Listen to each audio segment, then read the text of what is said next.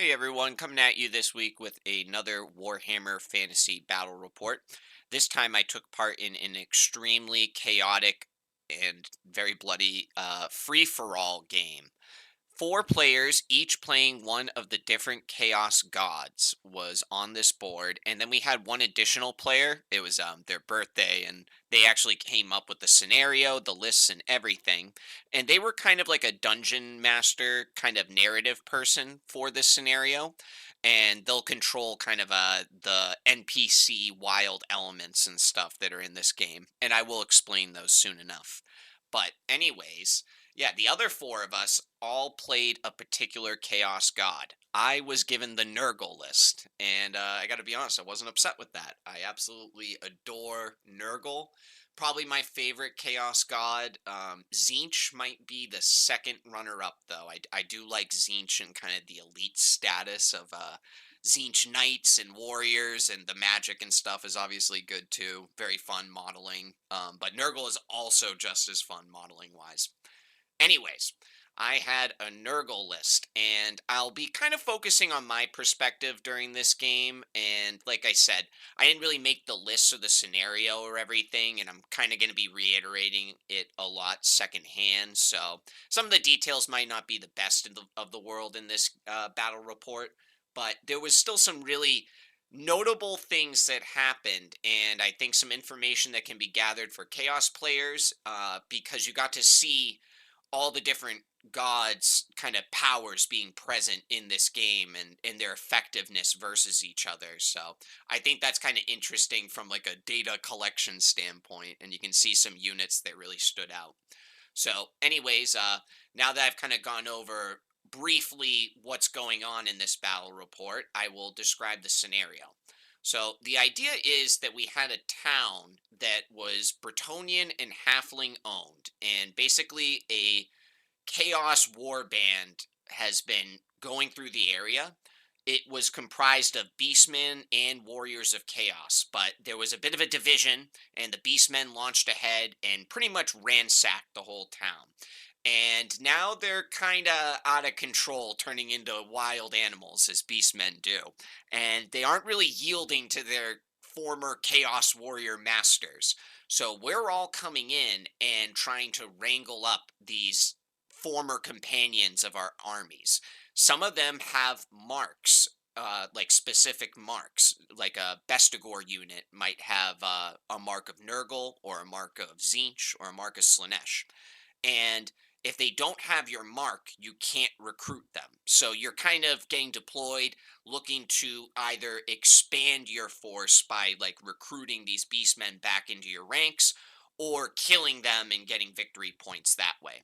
Additionally, there were a couple that didn't have marks, and those could be recruited by anyone. So those are like kind of little bonus objectives everyone's going to be fighting over. And there was one non-beastman addition to the army.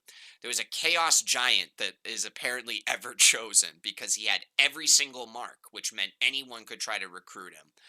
Now, I guess this chaos giant, because he was chosen by the gods, if you actually killed him, you would get a minus on your victory points. He was like considered the golden boy of the chaos gods. So you either had to try to recruit this giant, which was kind of a difficult task to recruit any of these units. You need to basically pass a leadership test against their leadership.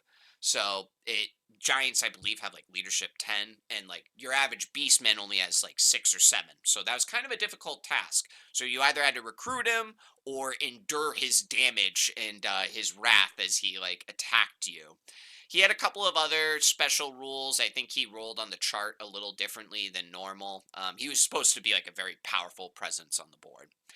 Anyways, there were a couple of other factors to the story. I believe, like halfway through the game, some patrolling yeomen and halfling scouts will be coming onto the board to see what happened to the town.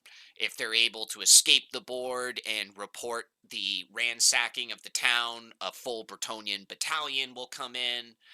There is a doom bowl that is in the watchtower, or sorry, the clock tower in the middle of the board, and he will reveal himself, I think, on like the last couple of turns and basically challenge whoever's like the most powerful character nearby.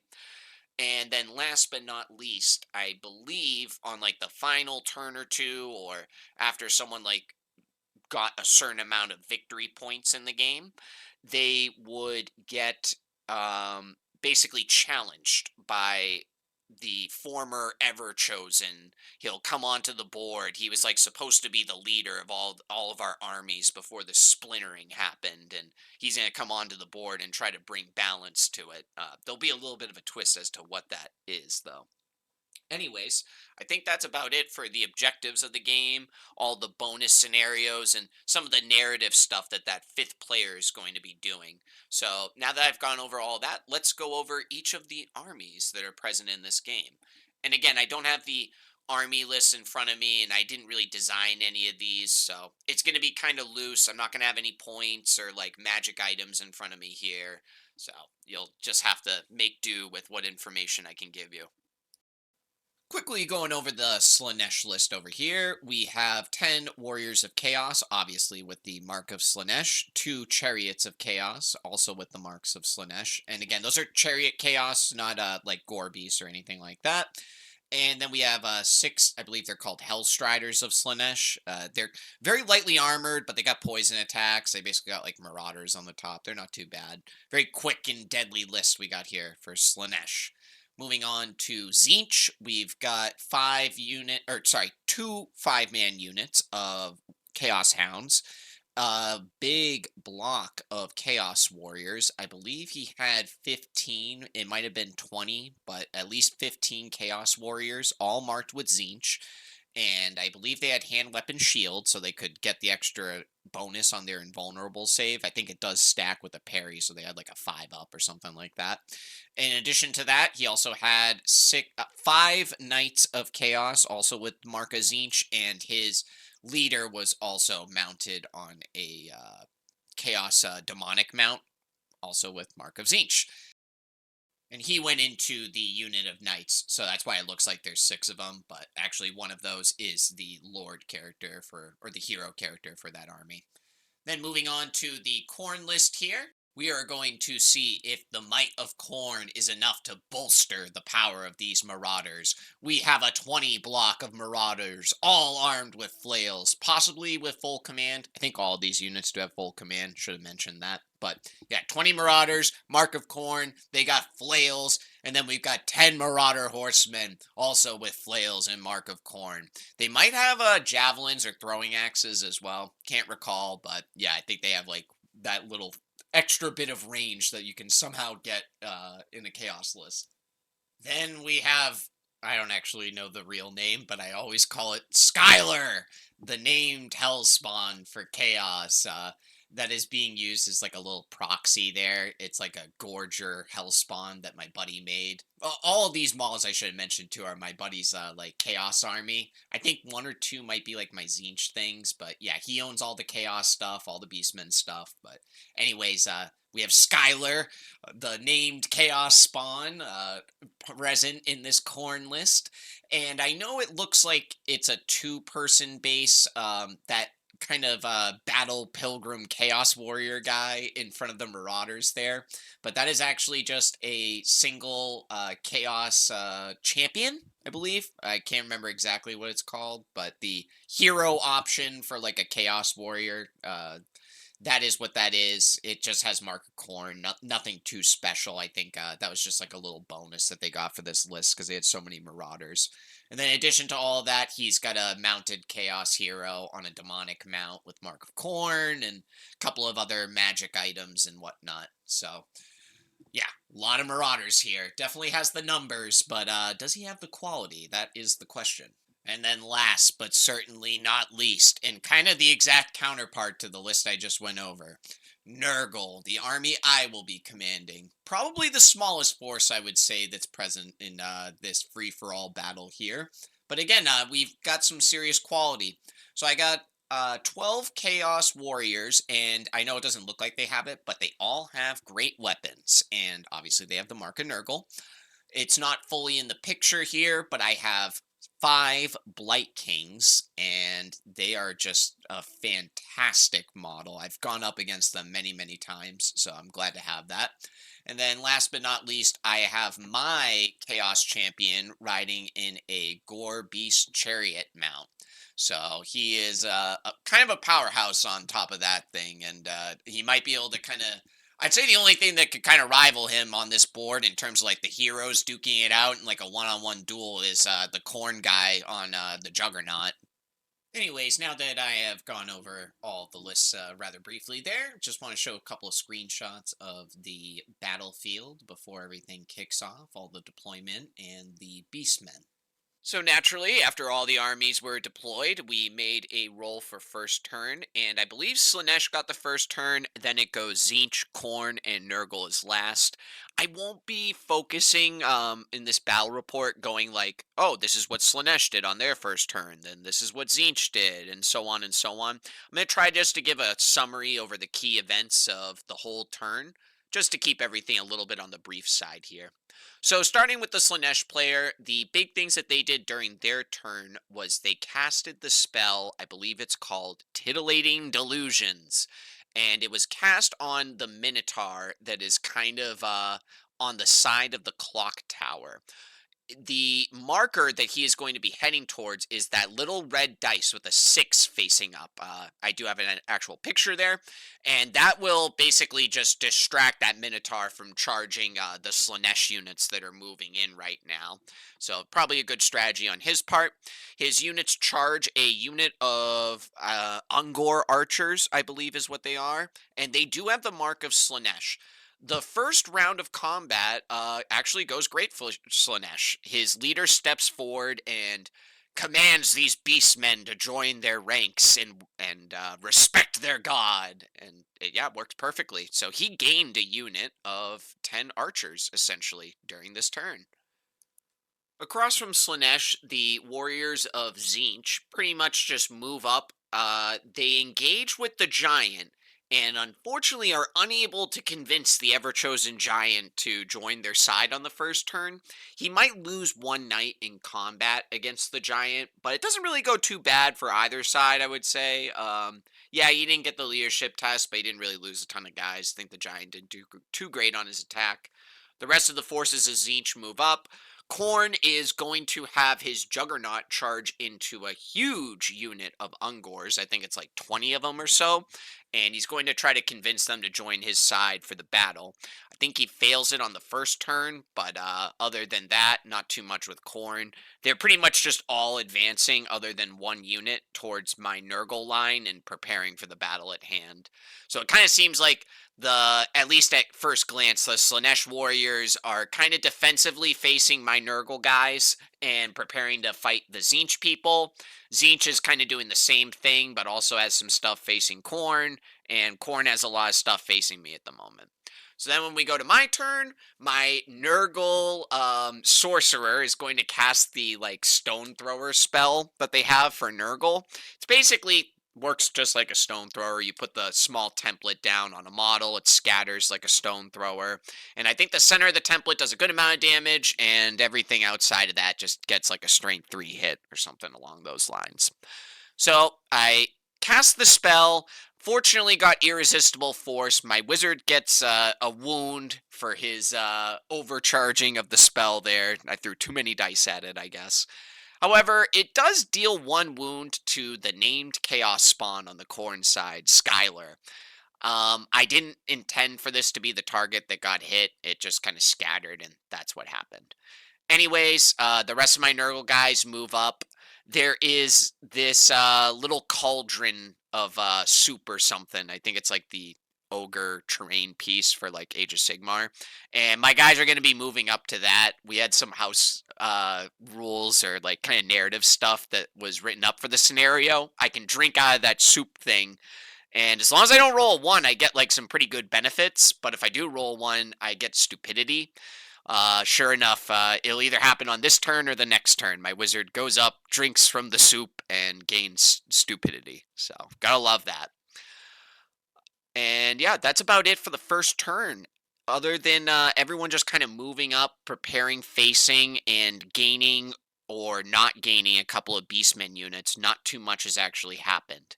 Moving on to the second turn. During the second turn, there's a bit of a standoff between the warriors of Slaanesh and Tzeentch. The Slaanesh champion decides to charge that Minotaur that's been distracted by the titillating delusions that haunt his mind.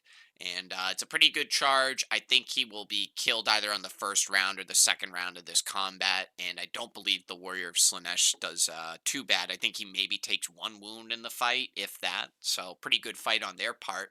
But he's also right in front of the Tzeentch line. Like, it's literally staring him right in the face. And it's not like he's not supported. He's got some of his warriors of Slaanesh backing him up, also facing the Tzeentch warriors. But yeah, there's a bit of a cold war going on the other side, and perhaps some back alley deals being made for the standoff that's going on here. I don't know if they're going to charge later or if they're just going to be a secret alliance type thing going on. But I do know the Slaanesh chariots are now kind of edging towards my side of the board, but they haven't gone into engagement range quite yet. The Warriors of Tzeentch managed to recruit the Giant on the second turn, and that's a pretty big deal.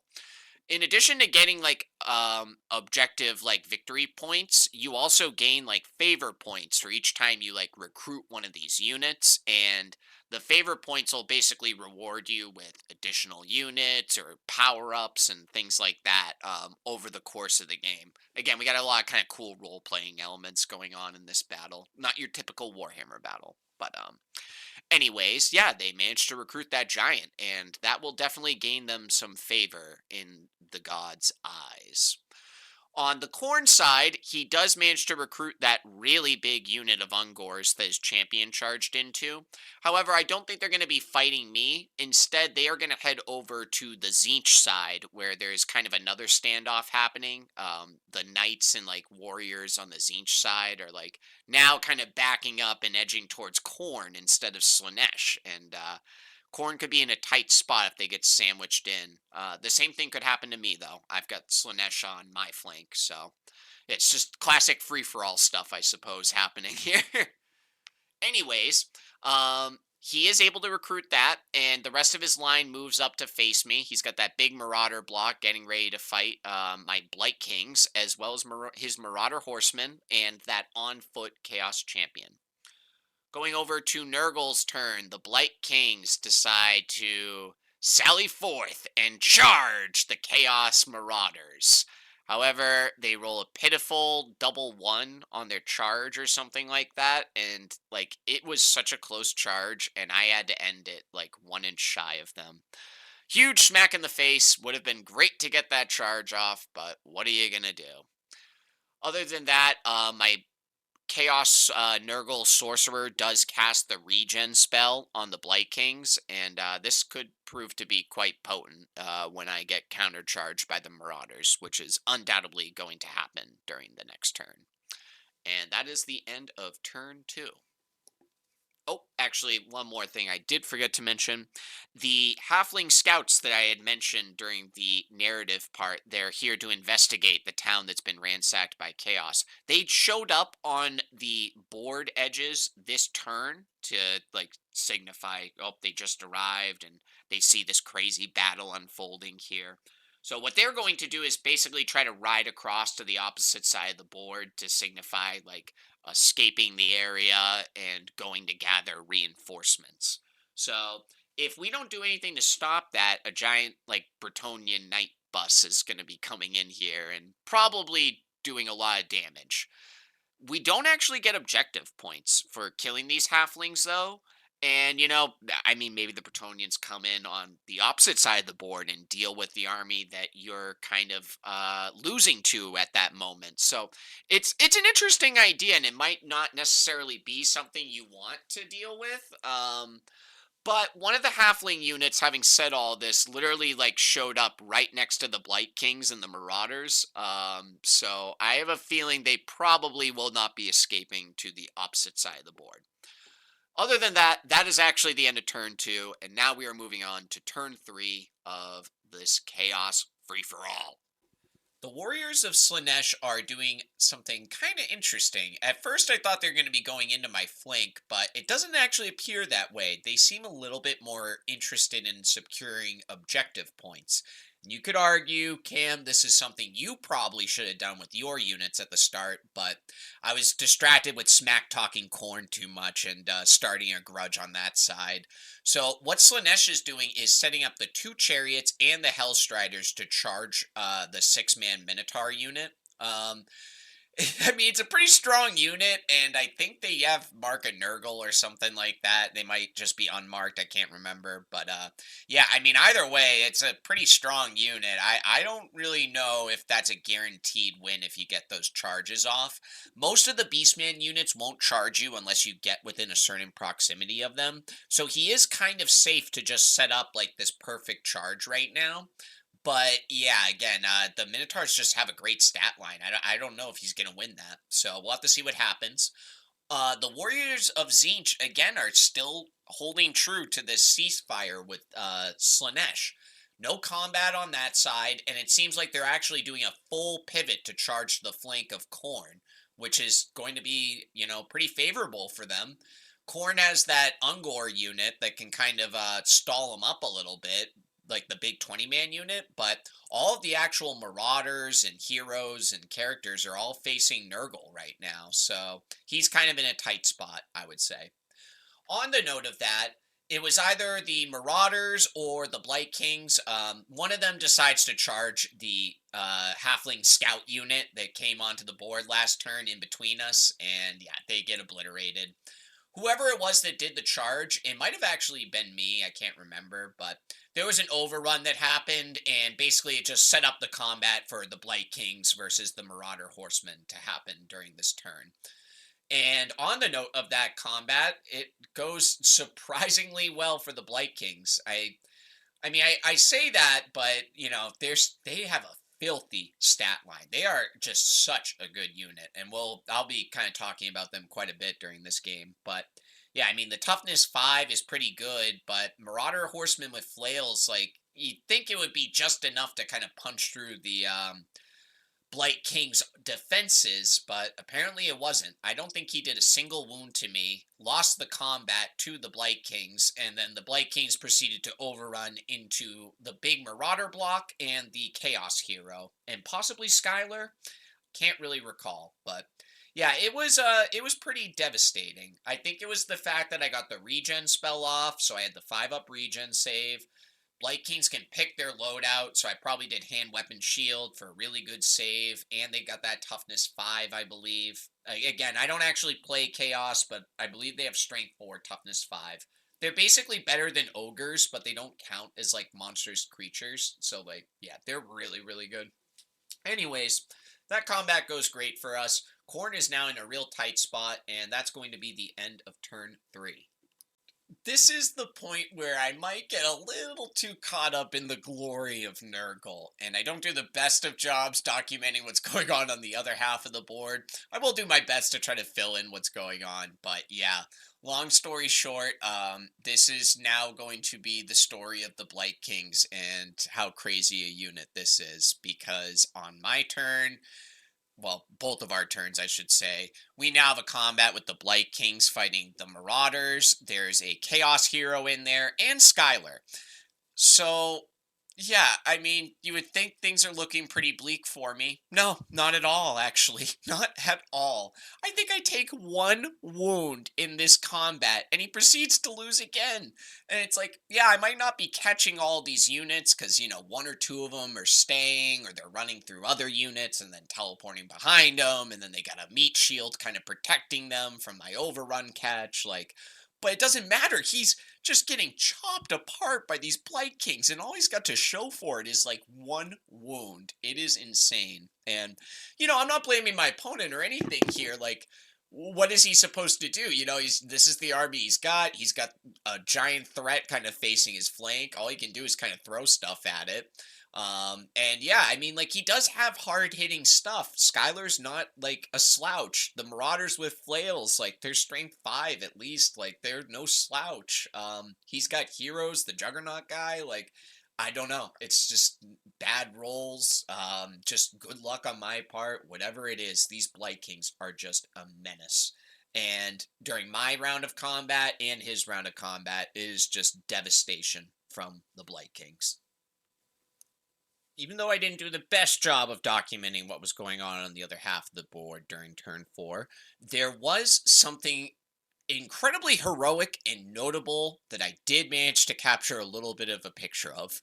The steeds of Slanesh and the chariots charge into the Minotaurs.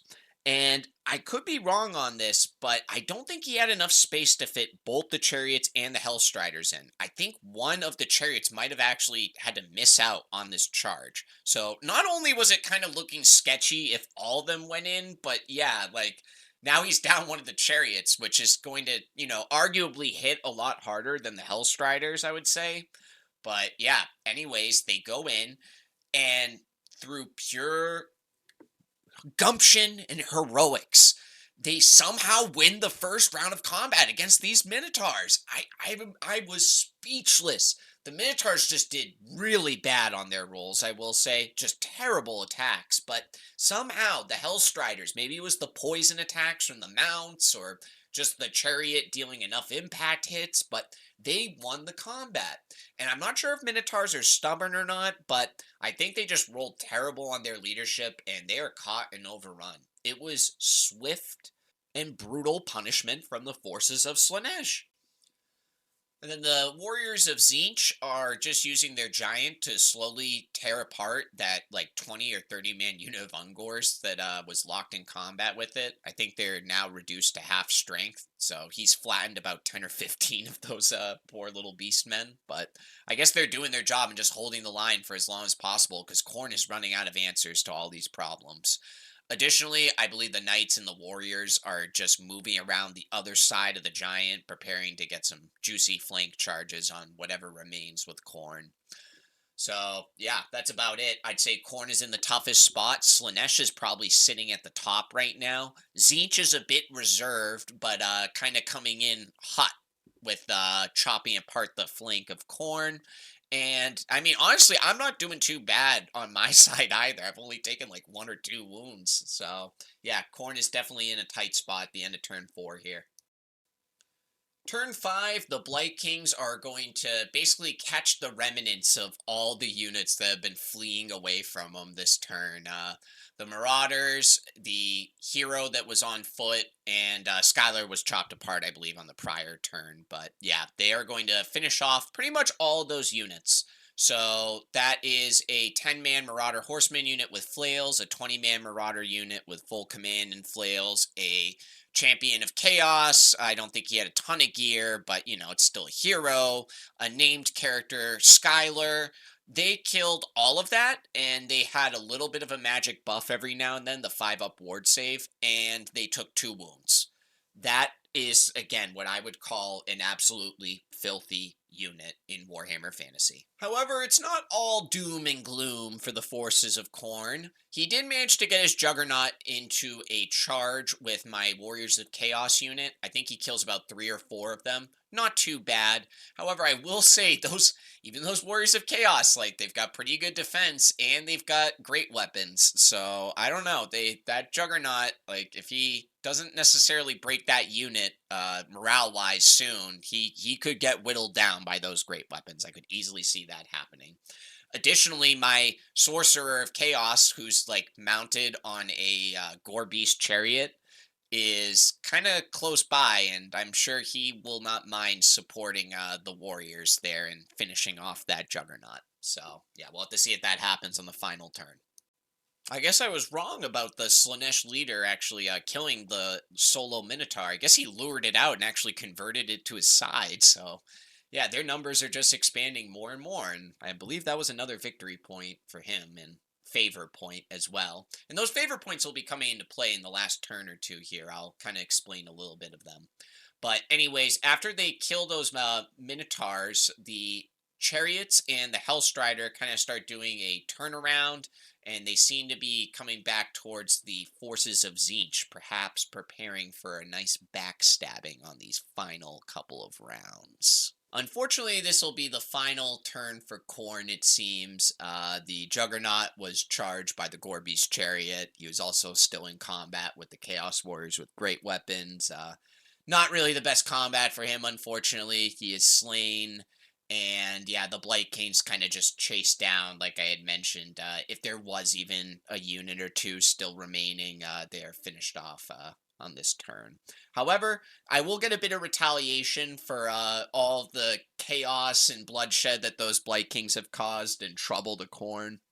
It seems in his final act, he pleaded to Zinch to come and aid him and avenge his fallen soldiers. And the Knights of Zinch charge into the flank of my Blight Kings.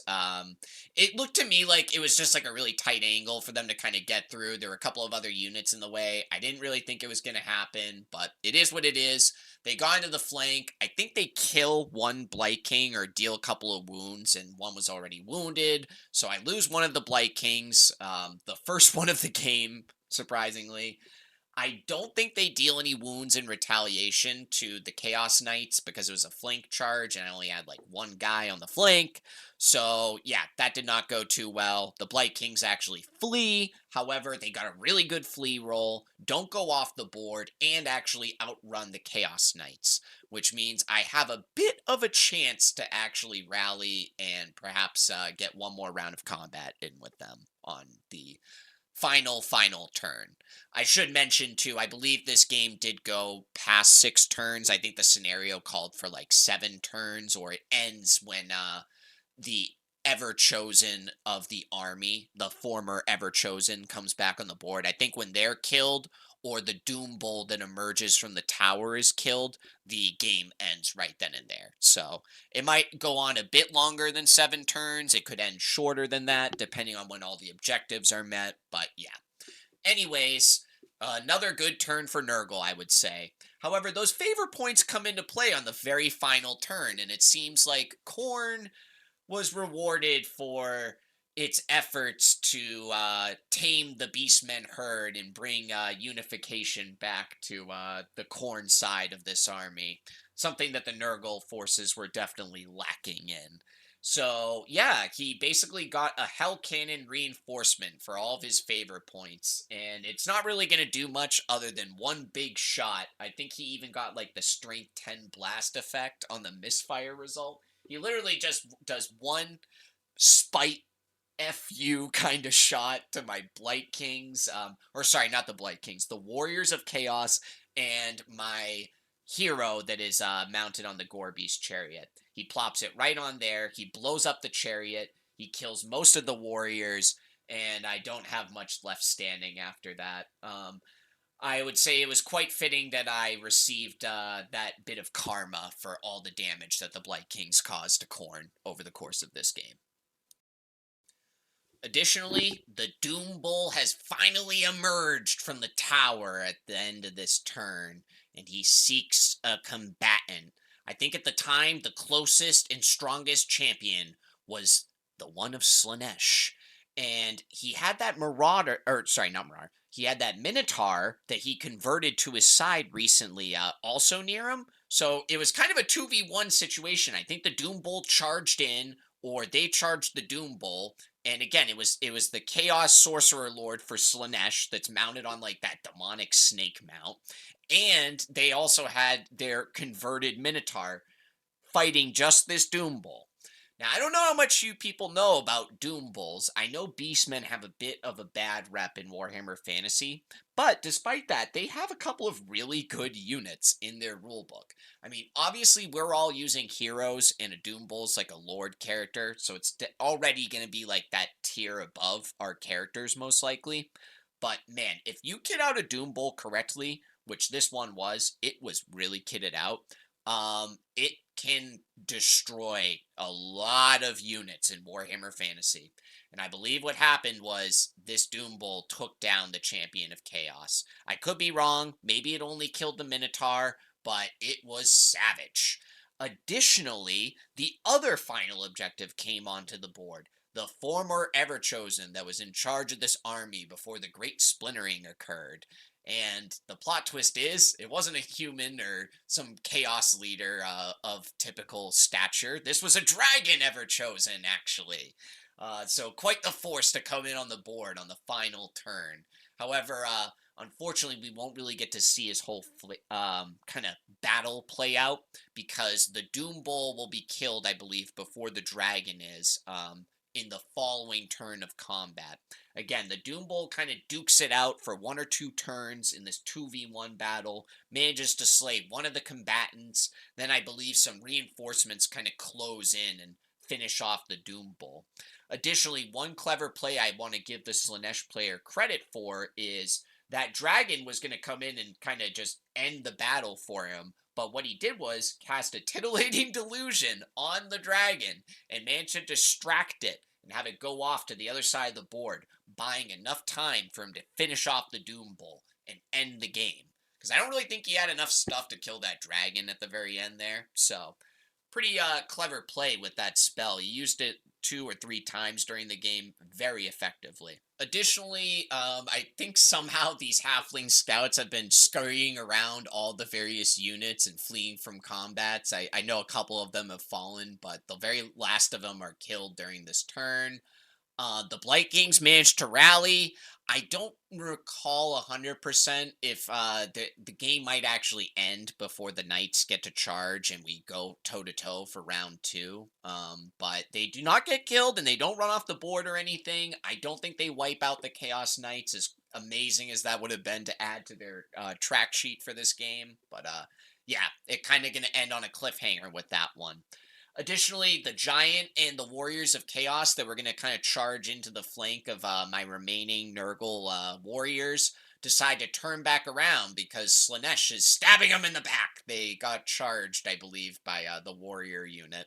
So, yeah, they're kind of doing a repositioning on the final turn here, but it'll all be in vain because, as I said, Slaanesh is able to kill the Doom Bull on this turn, and that will end the game, and we will do a tallying of the favor points, the surviving models, and all the objective points that were secured during this game, and figure out which Chaos God came out on top. So after all the points were tallied and objectives accounted for, it turns out that the forces of Slaanesh, of all the gods, came out on top in this chaos free-for-all. Tzeentch scored second place, having a respectable amount of objective points and getting a good amount of damage in during the course of the game, but Slaanesh just took the cake with all of the favor points and the objectives. Khorne came in third place. They were able to convert a couple of units. I did kill his hero in a duel, which gave me my 1 favor point. NURGLE had 1 favor point. Spoiler. Anyways, yeah, Khorne did pretty good. They managed to convert some units, even though he got his army kind of wiped out near the end there. He did score enough with objectives. Get a little bit of damage in against me. Like, I think he managed to maybe kill 1 Blight King. Maybe he didn't, but he did kill a couple of the Chaos Warriors at the very end. He killed the Chariot. The character survived, but the Chariot got obliterated.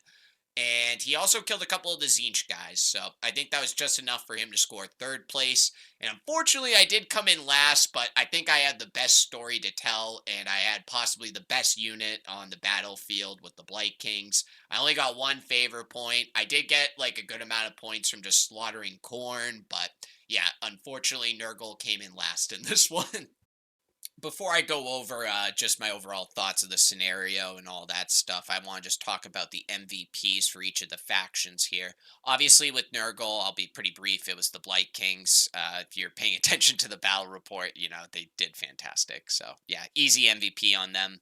For the Warriors of Khorne, I would say it was probably the leader on the Juggernaut. He was able to convert 2 units onto their side, which proved incredibly helpful for fending off the Tzeentch flank attack. And yeah, he also did okay. He killed like 4 or 5 Chaos Warriors when he charged in. Just barely got killed by my leader in that final turn there. So I think he did pretty dang well. Easily the MVP for Khorne. Tzeentch, it's kind of a hard call. I didn't talk much about their magic. It did okay, but his wizard had like magic missiles and a couple of other spells that are hard to cast in the middle of a combat. So when he did use it, it was effective, but it just didn't get a chance to shine quite as much because he had like a hybrid combat caster lord, and he was kind of busy doing combat a lot of times. I would say it was the giant that they converted, if I'm being really honest, what the MVP was on the Zinch side.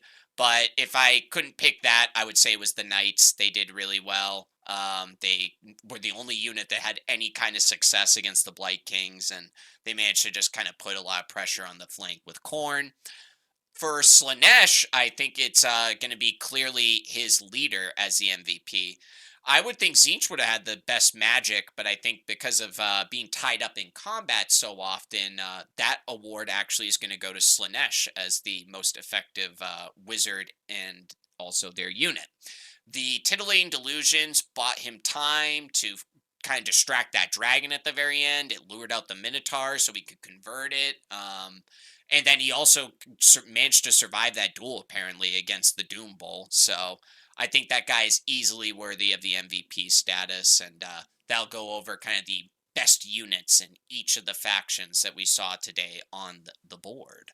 And then just some quick final thoughts on the scenario and everything that we played in. I gotta say, when I was first looking at it, it had all these kind of elements involved with it, and I thought it seemed, no pun intended, a little bit chaotic.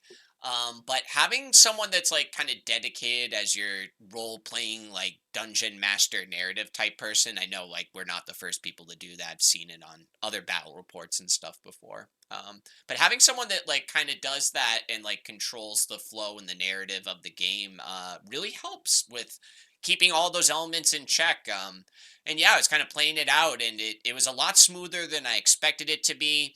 If it felt like it was a bit scatterbrained in my description, I apologize for that. Again, it's just because I really wasn't the person that came up with this. I was just a participant in it. And you can probably tell I was a little narrow minded playing it in terms of I didn't really do a whole lot of the objectives. I did get 1 point, like having my hero duel another one and winning like that. But yeah, I was definitely just kind of being this pure element of chaos and just picking a grudge with Khorne and deciding to play it out through the whole course of the game. But that's what's also fun about it, and having all these different players involved. I'm looking at the other half of the board, and the Tzeentch and Slanesh players are definitely playing that objective game like really heavily, and Khorne kind of wants to do that, but he's forced into this tight spot where he has to humor me because if he doesn't, like he's just gonna get torn apart on the flank. So that was a lot of fun.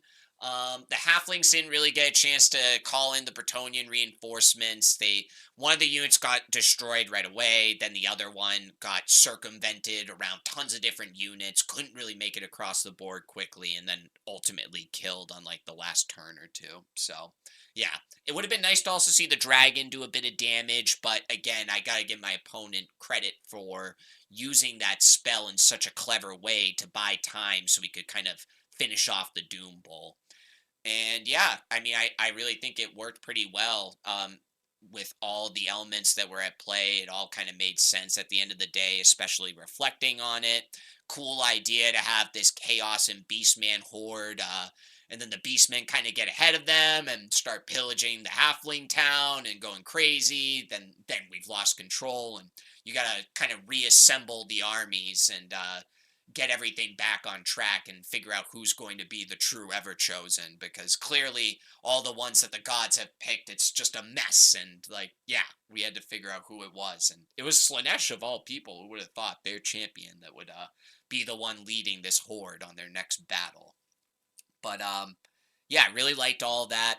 Also, just think he did a great job making all of the lists. They all had like the perfect kind of representation of the army's theme. Slanesh was very quick and deadly and had some very clever, sinister little spells.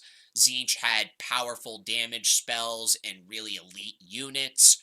Khorne unfortunately got the marauder side of the stick when it came to who's going to get that theme, but like honestly, like it kind of makes sense. You can stack more attacks, more guys, like, and yeah, the flails as well, which are just like pure like get the charge off, get your flails in there. Like it captivates that theme of corn very well, I think. And they had a juggernaut. And then lastly, Nurgle. Yeah, I mean, I have Blight Kings. How could I not be a Nurgle army? But yeah, I think I had a very Nurgle kind of army. And then my leader drinking some kind of disgusting stew and gaining stupidity. That also just kind of feels Nurgle, if I'm being honest. So yeah, very much a fan of all of the theme and kind of detail that was given to the lists.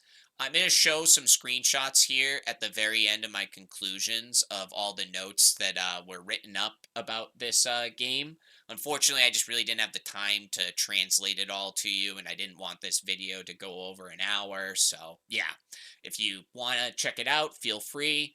And I hope you enjoyed the battle report, folks. I will be back soon enough. Next week, I plan on hitting the YouTube channel pretty hard with some new content, and I hope you all look forward to it. Have a great day. I'll talk to you all later.